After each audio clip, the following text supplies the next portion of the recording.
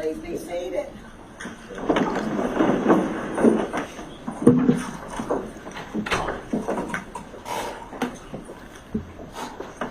I see we have a full house. Good morning. Good morning. For those of you who've never been to Lexington County, welcome to the Lexington County Courthouse.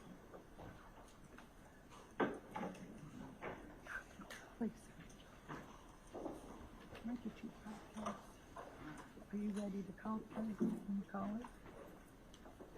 Give it right back to me. All right, we're here for a status conference. I'm going to get the clerk to call the case, please.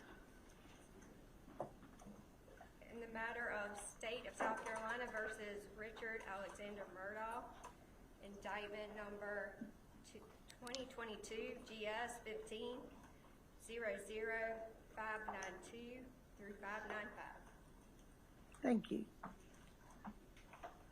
All right, Mr. Waters, how are you? Good morning, Your Honor. Good to see you. Good to see you. Now, let me ask you, I know some of your counsel at the table, but I don't know all of them.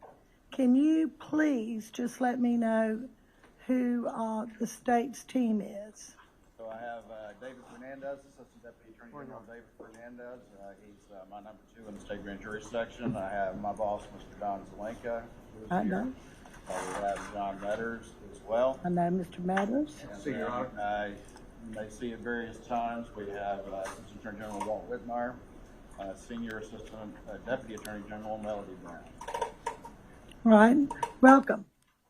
Let me, Mr. Harpooling, can you tell me, I think I know just about everybody at your table, maybe not everybody, but can you introduce the defense? Please report, Your Honor. This is Jim Griffin. Mr. Griffin? Bill Barber. Mr. Barber, good to have you.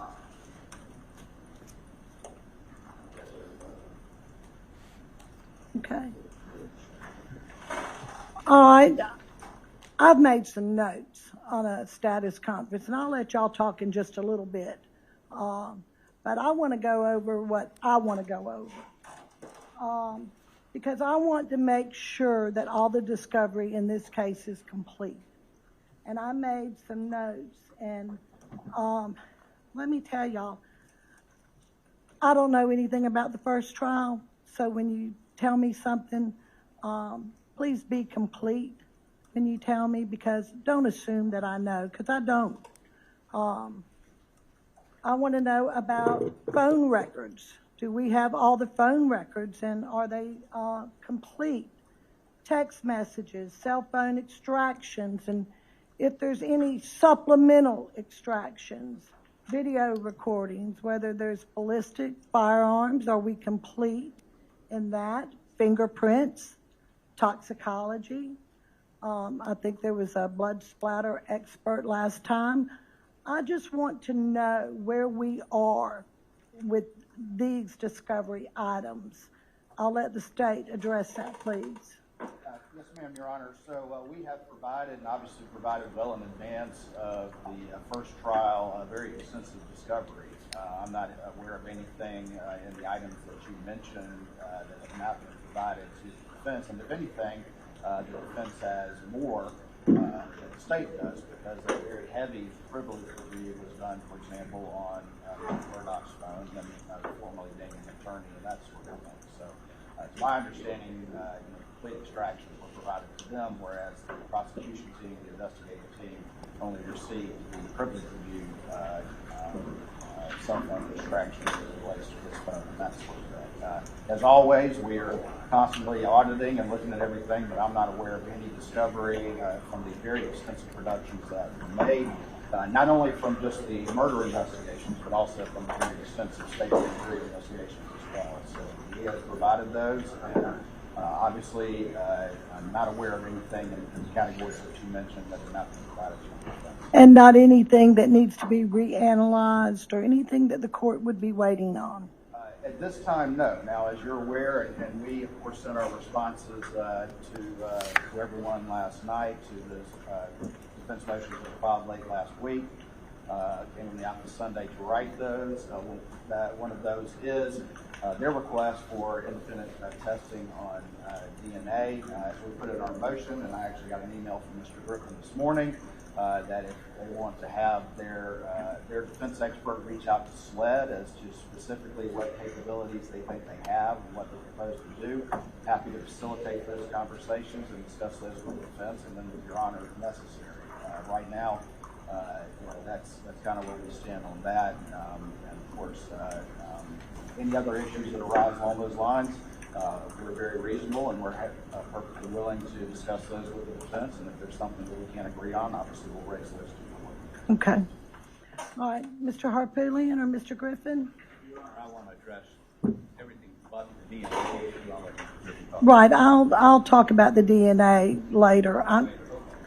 So we don't know what we don't know. And I'll give you an example. And let me hand this up to Your Honor and hand copies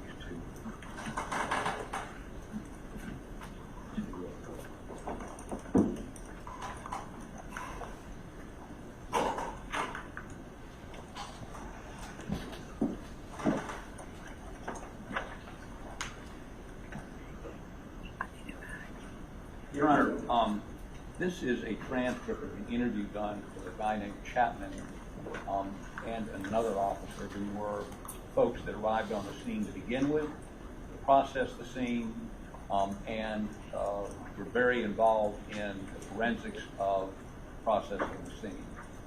And if you go to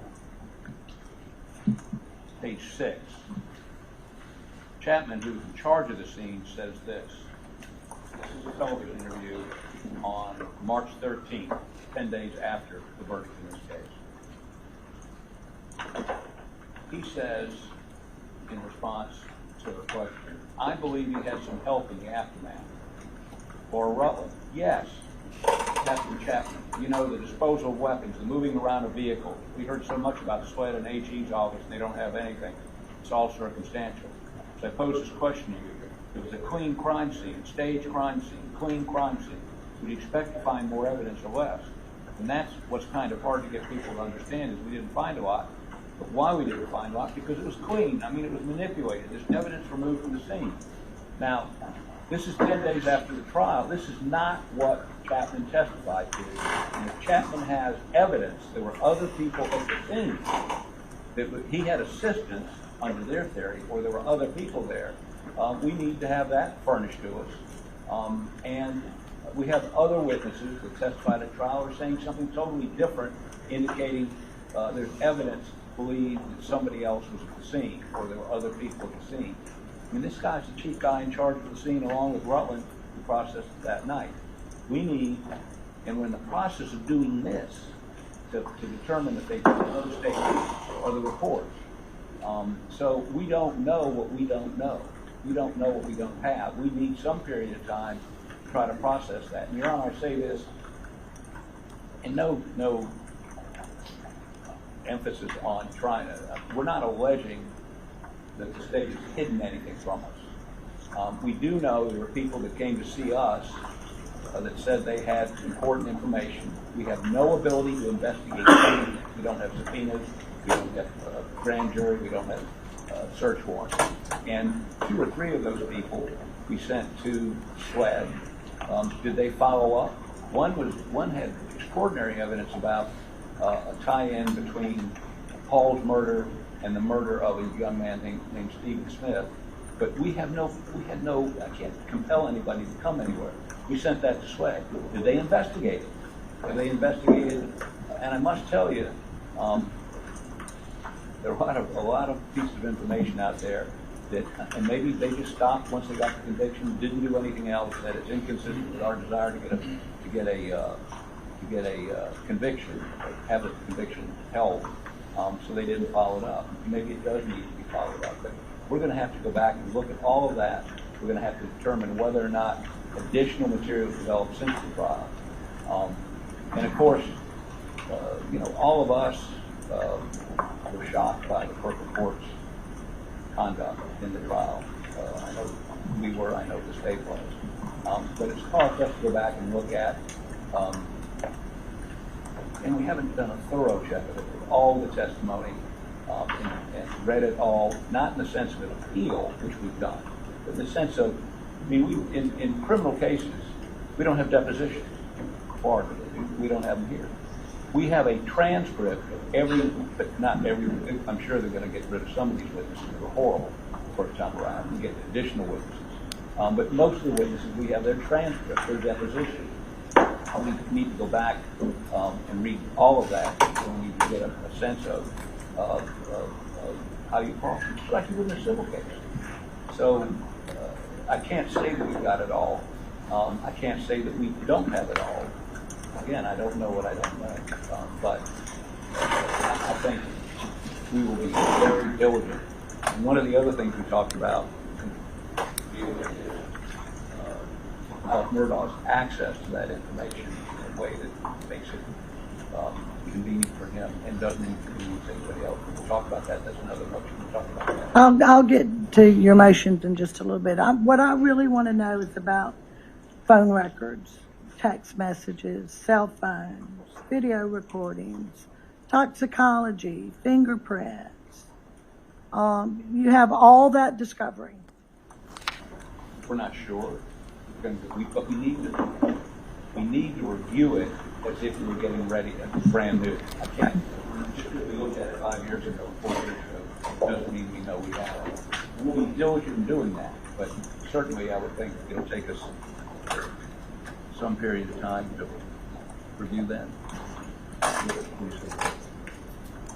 Yeah, I'll start out during the trial. Right.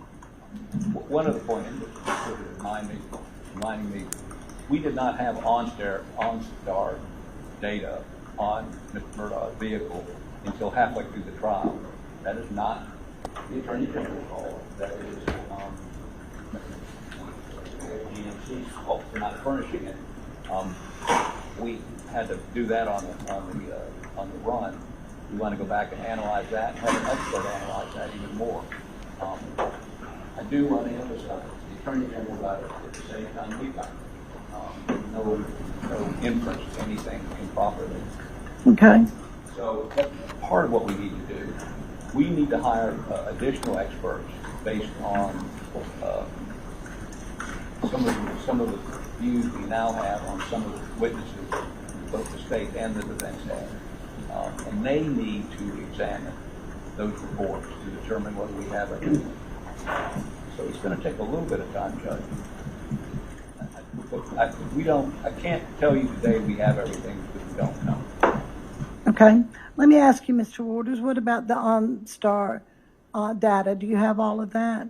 Well, yes, ma'am. So, Your Honor, we actually SLED had sent 2 search warrants to GM well in advance of the trial, and we're told we ain't got none. And I think what happened was during the course of the trial, we actually had the FBI buy a Suburban and essentially reverse engineer the black box in the Suburban in order to provide us telemetry data, which of course was all provided to the defense. I think when that testimony came out during trial, somebody at GM was watching and they were like, uh-oh. And so in the middle of the trial, I get a phone call saying, you know, about all that OnStar data, actually, we got a bunch of it. We immediately advised the judge, advised the defense, provided that to a usual form. They assisted and agreed to go forward because we each had our theories about what had to happen next. So that was nothing with the fault of the state, and we immediately engaged in what we needed to do to ensure the defense had access to all that information.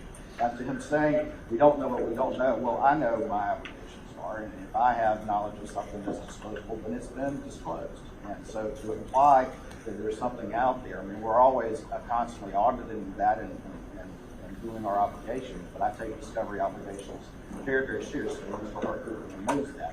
As far as these musings, I haven't watched this TV interview. The musings of some captain about, whether the scene was clean. Well, there was evidence presented at trial that there was standing water on the concrete pad of the kennels, that the hose was not put back the way that it normally was coiled by the person who was in charge of taking care of those kennels. So he may have been talking about that, but ultimately, while Colleton responded initially, the scene actually was in charge of the process by SLED, and they've had access to all that information. So to sit here and imply, we don't know what we don't know, well, I'll recognize that, but I know that my obligation is to provide that information to the defense. And if I'm aware of it, then it's been provided. And we have done that. They've had it since well before the original trial, and we will continue to do that. And as he freely recognizes, the OnStar data came in late despite our best efforts and was immediately disclosed to them. They had every opportunity to process that information, and then they agreed, you know what, let's continue on. So that's not any sort of indication of a bad process or practice on both sides. So the bottom line is they have everything that you have. To my knowledge, yes, ma'am, and we were very careful about going through all that discovery. And you don't know of anything else that needs to be analyzed at this time?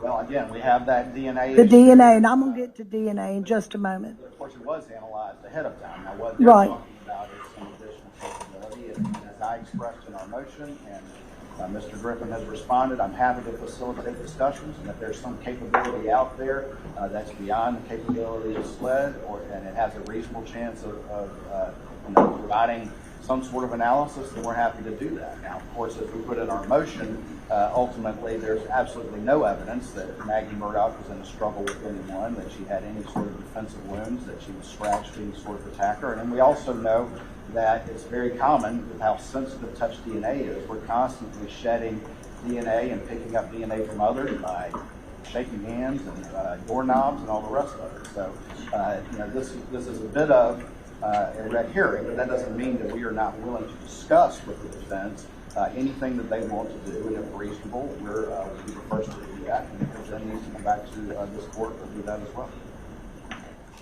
Okay, thank you. Sure. We know from testimony in the first trial that the chief SLED officer involved admitted he misrepresented things to the grand jury. Since the trial, the case was dismissed, in which he testified because the judge found he was hiding evidence and misrepresenting that. That's the chief officer. No longer SLED, but it raises questions with us, not whether it's been withheld by the state, by the prosecution, but did he give them everything he had? Did he do what he did in the subsequent case after the trial where he had evidence? And I think we've got to go through it and look and say, are there gaps here? Are we missing something? And for us, and look, we want to try this case as quickly as possible. No question about it. But what we don't want to do is not be prepared based on what we now know happened at the first trial. And we'll have a motion probably next week that will expand on that a little bit. We didn't feel that we wanted such a motion. Well, and I don't. I really wanted to go over and see where we were with discovery. I want to set a timeline. I want to set out some pretrial conferences, and I want to set a trial date. That's why we're here today. And I want to go over some of these motions. I think some of them are not substantive, that I could go ahead and rule on those today and be done. And I will set up a pretrial. I'll give y'all some dates and hope you brought your calendars. And we'll set a pretrial. I don't know that one pretrial is going to do it for this case. We'll probably have several. And that's fine. The court's amenable to anything that y'all need. And happy to hear what you have. If you find something, Mr. Harpootlian, that you need to bring to the court's attention and you want to file a motion, I am more than happy to hear it. Okay? All right, so let me move on to my next notes. And we've kind of touched on it a little bit. Experts. Do you know how long? And the reason I'm just asking is because I do want to set a trial date. Believe it or not, overnight when I was assigned this case became the oldest case on my docket. And anybody who knows me knows that I will move an old case.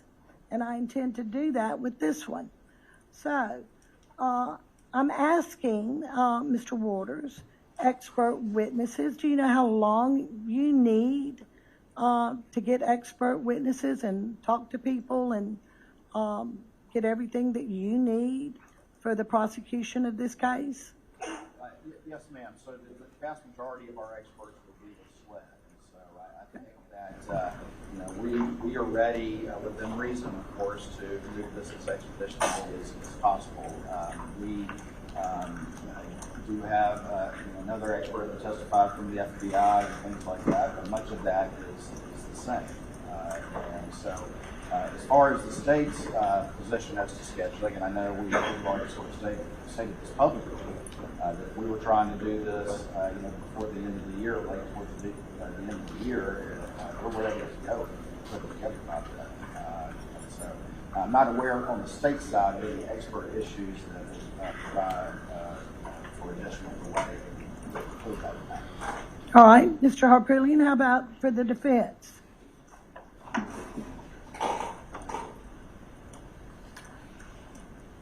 John, we have 8 expert witnesses. All of them are new. All of them are just beginning to get the information they need. The DNA, when we are told, may take up to 6 months. It is, unlike what's been represented by the state, critical. And Mr. Griffin will address the specifics of that in just a moment. But to try this case this year, you guys are talking about going to the death penalty 4 months ago or 3 months ago. Try it before the end of the year. Cannot be done for us to be adequately prepared. And we talked about the laptop. Without the laptop, we can't try it next year. If we have to go down there and take in a banker's box at a time for new documents, almost 20,000 pages of documents. So we came up with a way to expedite. Well, surely, Mr. Harpootlian, he reviewed those before his first trial, did he not? 5 years ago. I mean, it's just a judge. I can't remember a case I tried 3 months ago when the material was on. I mean, it's ridiculous to require him, not with all due respect, to require him to have a memory of each document that he looked at almost 5 years ago. And by the way, our solution to that, contrary to what Mr. Waters put in his motion, is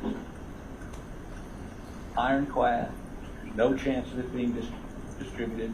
We'll give him a laptop that's encrypted, that since there's no attorney-client on it, corrections can look at it, SLED can look at it, anybody can look at it, and let him look at that without us having to take hard copies of stuff down there and review it with him. Can't leave it with him under the court order. In other words, you just can't take him to discovery and leave it with the court order prohibiting that. And I'm sure the warden does not want boxes and boxes of stuff sitting in his. But if we have that, and he could be reviewing these documents and experts as we're reviewing them. I mean, let's not forget, he's a lawyer. Now, he's a just barred lawyer, but he has probably more trial experience than many of the folks on either side of the pulpit. So he understands what he's looking at much better than any client I've ever had. So I think it's important, if you're going to try to expedite this, for him to have, and we can talk about the laptop separately, but that's going to be a condition. It's going to take us at least 6 months to get these folks retained, have them look at the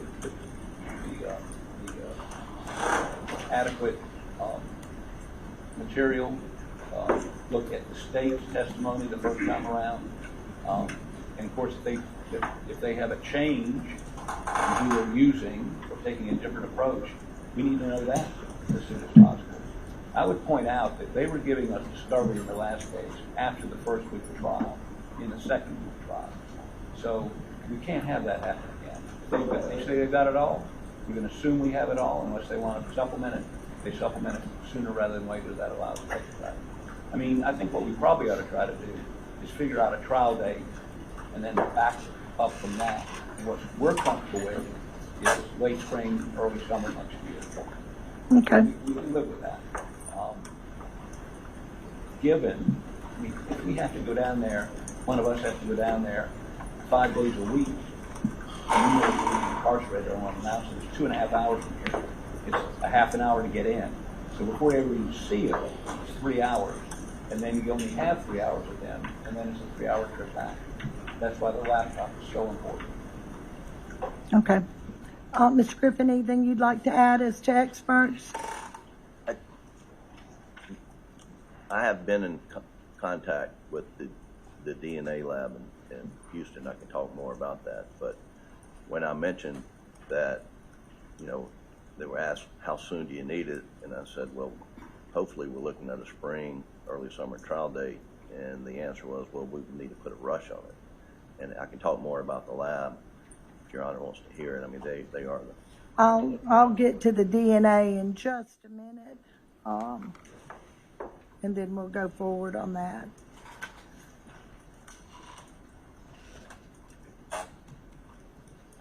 All right, let me talk about this computer at the Department of Corrections. I did receive your response, Mr. Waters, yesterday at 5. Did you get the opportunity to look at that, Mr. Harpelian? I mean, basically, I just made myself some notes. You were concerned about the state grand jury material and talked about a protective order and some other issues. I agree about there are some sensitive issues. The state grand jury material is protected and should be protected. And then you mentioned an order that Judge Newman had. I kind of think, Mr. Waters, that when this case was reversed, that order goes out the window and we might need a new order for this case. It's my understanding that the order stated that the grand jury material is secret. And I mean, that's pretty straightforward.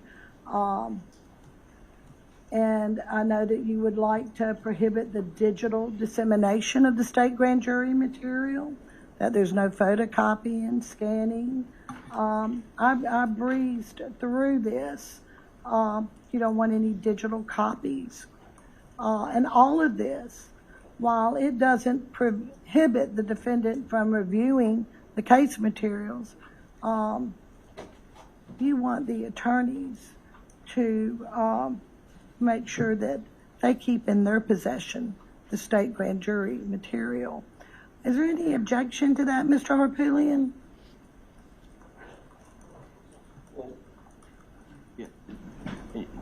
Your Honor, the issue of that is what is the state grand jury material? I think, you know, if we can designate what that is.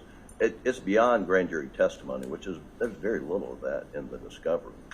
I think they've gotten things through grand jury subpoenas that have been produced, you know, underlying records and whatnot.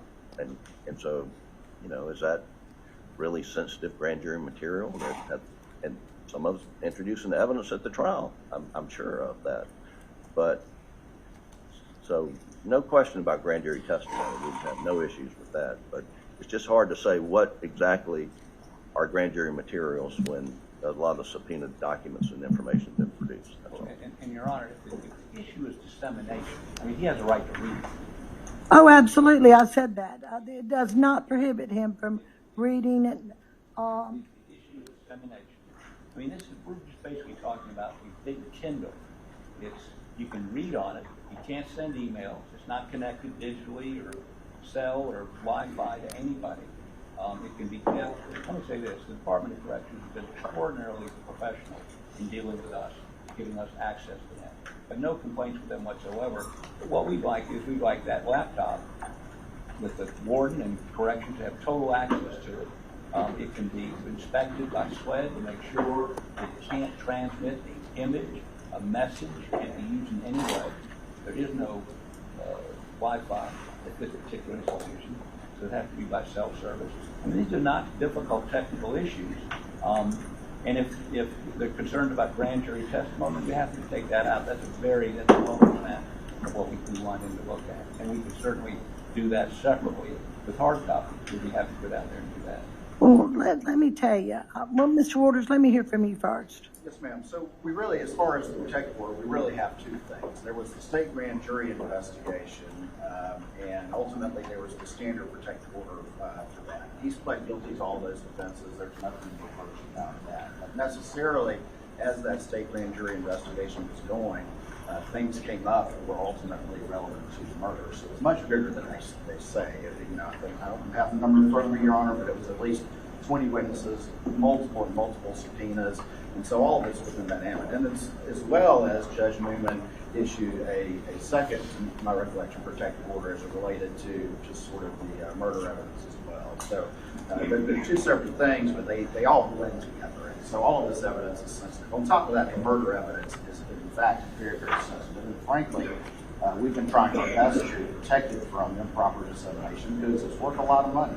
Now, one thing SCDC is adamantly opposed to is having an inmate have a laptop. They are absolutely 100% opposed to that. And I have to remind you that this is an individual who already had his tablet privileges taken away from misuse of that. This is an individual who was caught receiving contraband that was passed from a family member who proved the defense to him, found by guys. And so this is not a guy who is, and this is also a guy who's been convicted of over a decade of fraud. Now, they say that these things can be locked down and made to safe and I understand these issues very well. As the state grand jury made a point to partner with SCDC to fight the problem of the fraud and corruption emanating from there, and it's done with the use of devices. This is a very severe security issue, and no matter what protections are put in place, there's always ways around this, and SCDC has experience with that. So the fact remains is he's an inmate, and SCDC is adamantly opposed to there being some laptop that he has access to. And for this idea that SLED is going to be able to review, attorney communications and work product on that, I don't understand how that's going to happen. Now, SCDC is happy to accommodate and to any meetings they have. And no one says that the defense can't bring down digital evidence to review with them while it's under their supervision and then take it with them when they leave. That is absolutely the way it should be, that ultimately this information, whether state grand jury or not, is too sensitive to have an inmate, despite what protections are put in place, have a laptop, because frankly, the reality is that inmates are constantly and successfully violating whatever protections are put in place. Despite everyone's best efforts, you're doing a great job. It's just the nature of it. Okay. Sure. I had a series of emails, and I don't see the Department of Corrections here today objecting. I had an email chain with the warden at a particular institution, and he doesn't raise those objections. He just, and we bring another laptop, and we can't have cellular or Wi-Fi capabilities. So, and that's what this says. So, and with all due respect to the Department of Corrections, if we don't get the ability, I mean, if Mr. Griffin and I, or Mr. Barber, or Ms. Fox have to go down there, 3 hours down, sit with him for 3 hours, 3 hours back, we're talking about at least the end of next year, if not the beginning of the following year, to get this report. We can't be working on experts, and we can't be interviewing witnesses while we're tied to sitting there and babysitting him while he's reading a laptop that doesn't have any capability to communicate or copy. And we'll be happy to have SWED inspect it. We'll be happy to have the Department of Corrections inspect it. But the idea, we bring laptops in. We were given, as you can see, permission to bring laptops in. Laptops are brought in all the time. The question is, can he keep, not he, but can the warden keep it, or some office at the institution keep it and give it to him when he needs it? And Your Honor, I gotta say, the idea of bringing him in here chained up, the idea of not letting him have access to a laptop, the idea of opposing everything we're trying to do to expedite this process. I understand it's Mr. Waters' job to legally prejudice the defendant, but this is beyond the pale. This is beyond the pale. I'd ask you to remind Mr. Waters that he has an ethical duty to see that justice is done, not to get a conviction. Thank you. Mr. Harper, I don't. And that is, Okay, we're not going to go there. and I have no intent to prejudice anyone. Prejudice suggests a decision on an improper basis. And the court doesn't take it that way, Mr. Waters. Thank you, Your Honor. All right, let me tell both of you. I took the liberty of calling the warden and talking to him about the laptop situation. And because I too used to practice law, I remember terabytes of discovery that I had to carry to my clients to go see. And I know that it can be cumbersome, and I would imagine the discovery in this case is a lot. How many pages do we have, Mr. Waters? It's very extensive. It's half a terabyte. Half of a terabyte, okay. I talked to the warden. He will not allow a laptop, and for safety reasons. He said he would, quote, make available a conference room. Counsel may bring their computer. They could have a law clerk come, or the attorneys could come themselves. They could look at it. He could review his discovery. They could bring their own laptop. However, somebody must be with him. His concern was having a laptop in his cell. No other inmate has a laptop in their cell. They do have access to an iPad that has Westlaw on it. Now, I just have to be honest with you. I didn't even think about asking him if you could download any discovery on that iPad. I don't know if that's available, but I certainly will call and check and see if that's acceptable to him. If that's the case, I'm going to have Mr. Waters draw me up a proposed order on the state grand jury material. I haven't looked at Judge Newman's yet, but I will. Please run that proposed order by Mr. Harpootlian and Mr. Griffin. I will check on the downloading on an iPad, but I'm not going to allow him to have a laptop computer in his cell. It's for safety reasons. That's out of my control. I think it's not only for the safety of the others at the institution, but probably, Mr. Murdaugh, for your own safety. Okay. We're not proposing he have it in his cell. We're proposing that the warden have it and give it to him to go to a conference room as he would with us to look at it there. Does that make a difference? Well, I'll ask him. But when I read your email here, this seems like he could go to his cell. He could keep it in his cell. I know good and well that the warden is not going to allow that. I talked to him personally. Okay. We'll follow up on that in our next pretrial.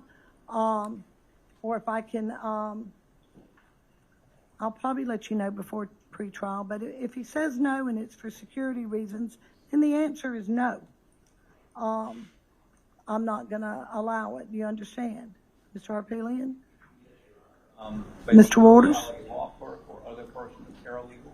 He'd let a paralegal go. All he wants is the name of the person, and you're more than happy. And he said he's not going to limit you to 3 hours. They can stay 8 hours if they want.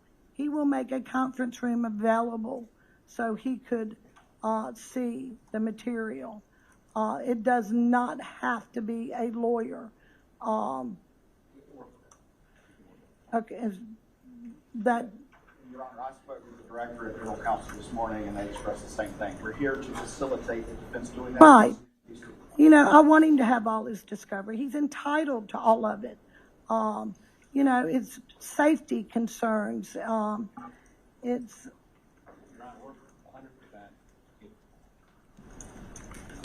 If you can have a law clerk or a paralegal go down, then you're satisfied, Mr. Harpootlian. That'll help you out. Automatically, if we're not limited to 3 hours, it makes that 2.5 hour trip down and 2.5 hour back worthwhile. Okay. Well, then I will verify that and send y'all an email tomorrow on that, if that's okay. All right, perfect. Thank you, Your Honor. All right. Now, let me go through I had a motion filed for the defense, and I just want to put this on the record.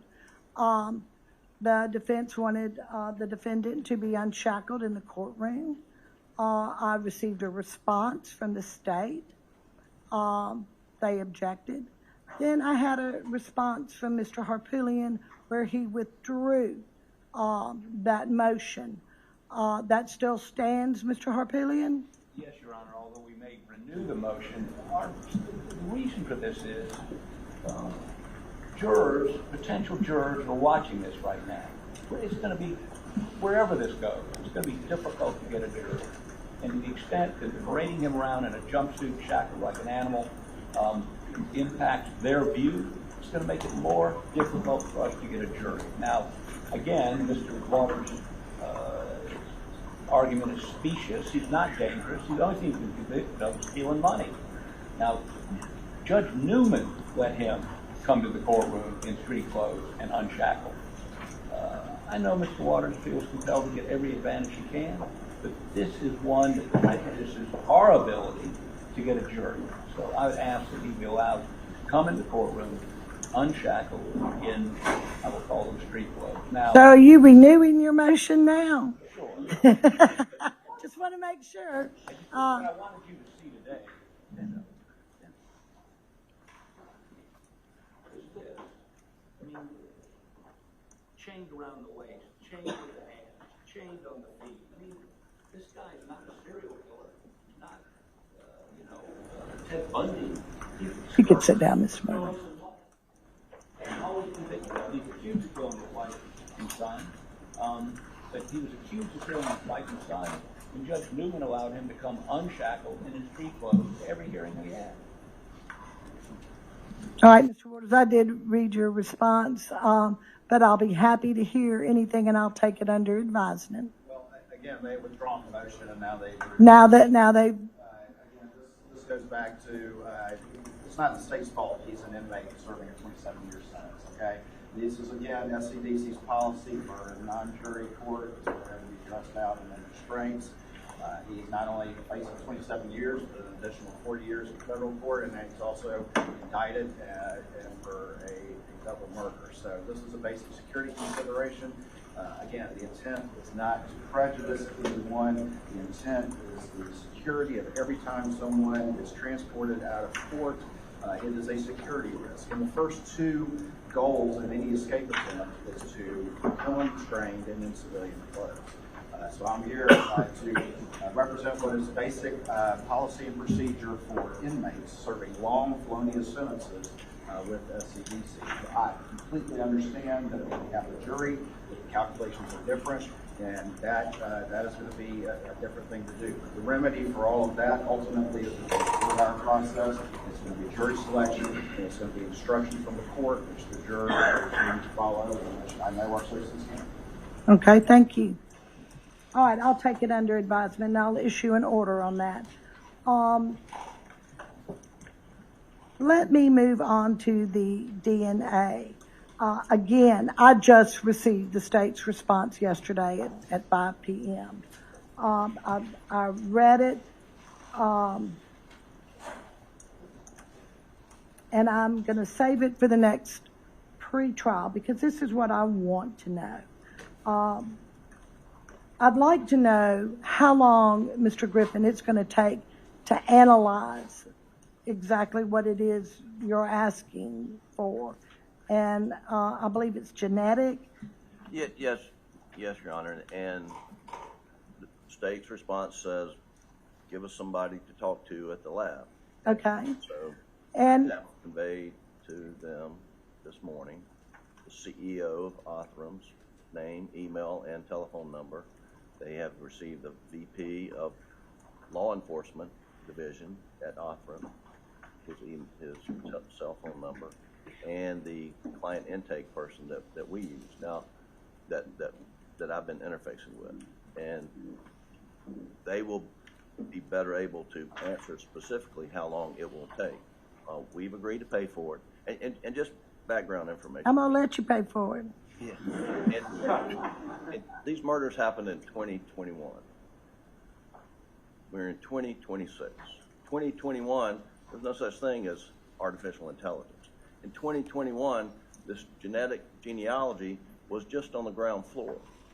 In 2026, we are light years ahead. And so what we're asking for didn't really exist in 2021.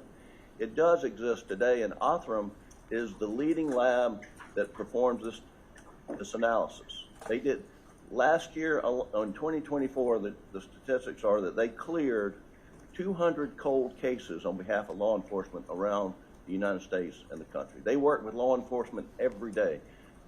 The most high-profile case they did was at the University of Idaho, the Moscow, Idaho murders that took place about the first week of our trial. College kids were massacred in a house at the University of Idaho. They had a DNA sample they ran through CODIS. Came up nothing. There was nothing. The state of Idaho Police Department, like SLED, had a contract with Othram. They sent the test Othram. Othram does this genetic genealogy DNA analysis, and it comes back to a family member who'd done a DNA test, ancestry test, of the person who committed these murders, Brian Koberger. That's how they solved the Moscow murder cases, was through Othram lab. The difference between, and they say they don't have enough samples to get through CODIS, and I've talked to the lab about that, and that's not an issue. CODIS uses analysis called STR. This analysis is SNP, and they call it SNPs. CODIS has 20 data points. SNPs has 500,000 data points that they analyze. Now, it takes a while to do that, and so, you know, we're going to have to see what the lab says. They've asked me to get information from SLED as to, you know, they'd like to see the electropherogram or mixture proportions so they can have a better handle on it.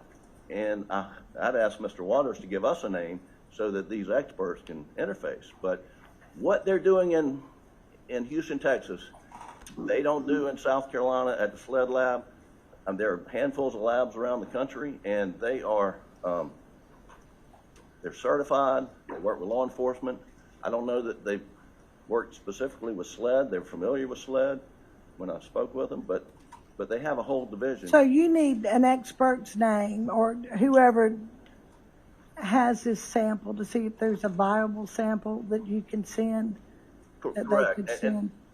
And they can work with the extract that SLED used when they did their STR analysis. Okay. They can work with that out there. They told me, but Mr. Waters, can you give him a name so he can move forward? That's what I put in my motion, Your Honor, is please give us a name, and I'm happy to have SLED reach out and talk to them about what their supposed capabilities and proposals are and any procedures. And I'm then made privy to that information. I'm happy to discuss those with the defense.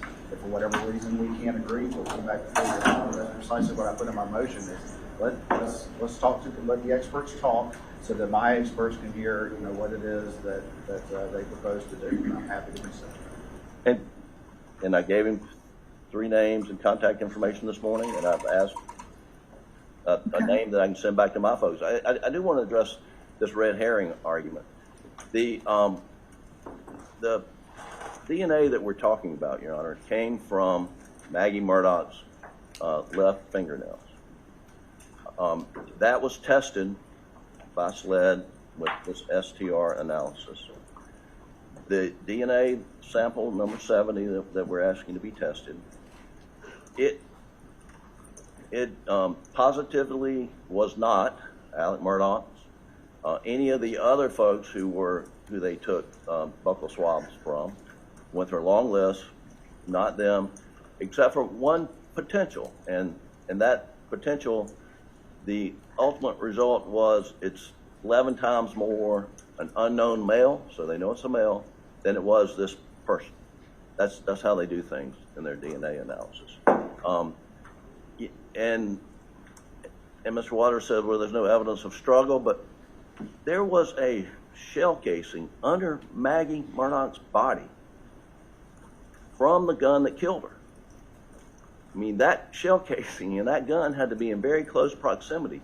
Maggie Murdaugh's cell phone was missing from the crime scene. Was DNA transferred at that point in time? And so we don't think it's a red herring. We think it's very important. Now, it may turn out to be, innocuous. We don't know, but it's worth looking into. Okay, I haven't said no. This is what I do want you to do, though, Mr. Griffin. I want to know how long it's going to take to analyze what it is that you're asking for. And even if I expedite it, I'd like to know how long it's going to take. And I'd also like to know if there's even a viable sample that they can get. And we will discuss this at our next pretrial. Anything, Mr. Waters, you're going to give them the name of the person that's led that he can get in contact with. Let's see if there's a viable sample. And the lab has told me if there's not a viable sample, we'll tell you that. But right. They work with a lot less than okay. Well, let's start with that. Let's make sure we get a viable sample, and then we'll go forward, and we're going to go forward at the next pretrial. I promise you, the pretrial is not going to be that far away. All right. Let me move on to the motion for change of venue. The defense filed a change of venue motion. The state has not had the opportunity to answer yet. So I'm going to give them time. In the meantime, before our next pretrial, if at all possible, if y'all agree on a change of venue, please give me some suggestions if y'all can agree on it. If you can't, make your own suggestions, and then I will decide for you if we go that route. Even in spite of the acrimony here today, the lawyers have been able to talk to each other, and we have already talked about this. I think we'll have continuing discussions, and depending on when you set your next pretrial. An answer for me? We try, if I don't have to keep driving down. Yes, Your Honor. Of course, without taking a specific position right now, I've Right. Mr. Harpootlian this morning that, we can kick some things around. And like you just said, if we agree, great. If we don't, then we'll force it aside. That's right. Don't have a problem with that. Okay, perfect. All right, now let me address, I see Mr. McCullough sitting out there, and then I also have another. They're both the same protective order, but they're wanting two different things. Ours is not the same as That's right. They're two different things. Right. As far as, but I think before we go there, Mr. Harpootlian, I believe, Mr. Waters, am I correct in stating that you're working on a response to both of these? There might be some redactions that you wanted, and you're going to submit that to the court? Okay, and I'll be able to address that at the next pretrial conference. Again, we are generally in favor of those being unsealed, but they will have to be done judiciously and with appropriate redactions to preserve their identities and that sense. Right, because I did, yeah, and I did receive something from SLED, an email from SLED. That was General Counsel Adam Whitson, who's present here today, and SLED. Where is he? Okay, I did receive your email, and just get me an answer on that, and we'll decide at the next pretrial then. Okay, those were all my bullet points. So let me ask the lawyers, did I miss something? Is there something you would like to add? One thing Your Honor had mentioned is the location of pretrial hearings. And from the state's perspective, we're happy to come to wherever Your Honor happens to be. Okay. Your Honor, we're more than happy to come wherever you are, although this production of these hearings might not dictate, but certainly suggest we come to a venue like Washington County, where there's plenty of room and have an extraordinary program that's accommodated everybody. I think they've done a really good job with security and with the press and being organized. And this is my home county. Let me just ask and throw this out there.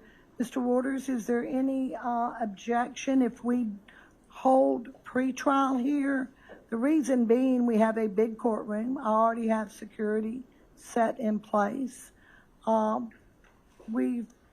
I think the clerks and both clerks and security have done a really good job. This is not the only courtroom in this courthouse, so I won't disrupt holding court in Lexington, which I would not want to do to any county. Sometimes I go to really small counties, and I don't think it would be good to hold a pretrial there. Does it suit? I mean, from the state's perspective, and again, being a longtime AG, I've been in pretty much all of them. And as an AG, Lexington is like a second home, obviously. Convenient. Office, solicitor's office, law enforcement, the court, of course, is very accommodating here. So this is certainly, I think, would be of most convenience for parties as we get ready for work. Okay, it's not far for anybody to travel, Mr. Harpootlian? Okay, then I will try to make sure that when we arrange these pretrials that we will try to be here in Lexington. Anything else, Mr. Waters? I believe that's it from the state. Defense? Your Honor, that's all we have, but if we could talk about that schedule for the next pretrial. Oh, I'm getting ready for it right now. Let me tell you what I have. I've gone through my calendar. And so it's hard to get lawyers together, especially when I have this many lawyers. So let me throw some dates out to you. August the 13th and the 14th. July 29th, the 30th, or the 31st. Your Honor, so in chronological order, the first would be July 29th. I'm scheduled to be out of state from the 29th through the 31st. Okay, then let me move on to August 13th and 14th. Your Honor, we have a mediation on the 13th. The 14th is available. Yes, sir. 14th works for the state, Your Honor. August the 14th it is. That will be our next pretrial. Now, with that said, I'd like to have all motions by August the 7th, if I could. I like to read my motions. I like to be prepared. So if I could have your motions, I understand that some of them are late. You might think of something at the last minute, that's fine, but please don't file something at 10 o'clock at night and expect me to rule on it in the morning, okay? I apologize for those coming in late. No, you're fine. I came into the office just to make sure we had something out there. Mr. Waters, you're fine. I was not planning on ruling on those motions. Now, had I been, I might say something different, but please don't do that to me, okay? Now, let's talk about a trial date. The only other information I would like to know is how long this DNA is going to take. I would like to know that, but I'm going to tell y'all, I'm thinking April the 5th. And this being, I'm trying to get through Easter, and I know how hard it is to pick a jury when you've got spring break. That's usually right before Easter. It is the March.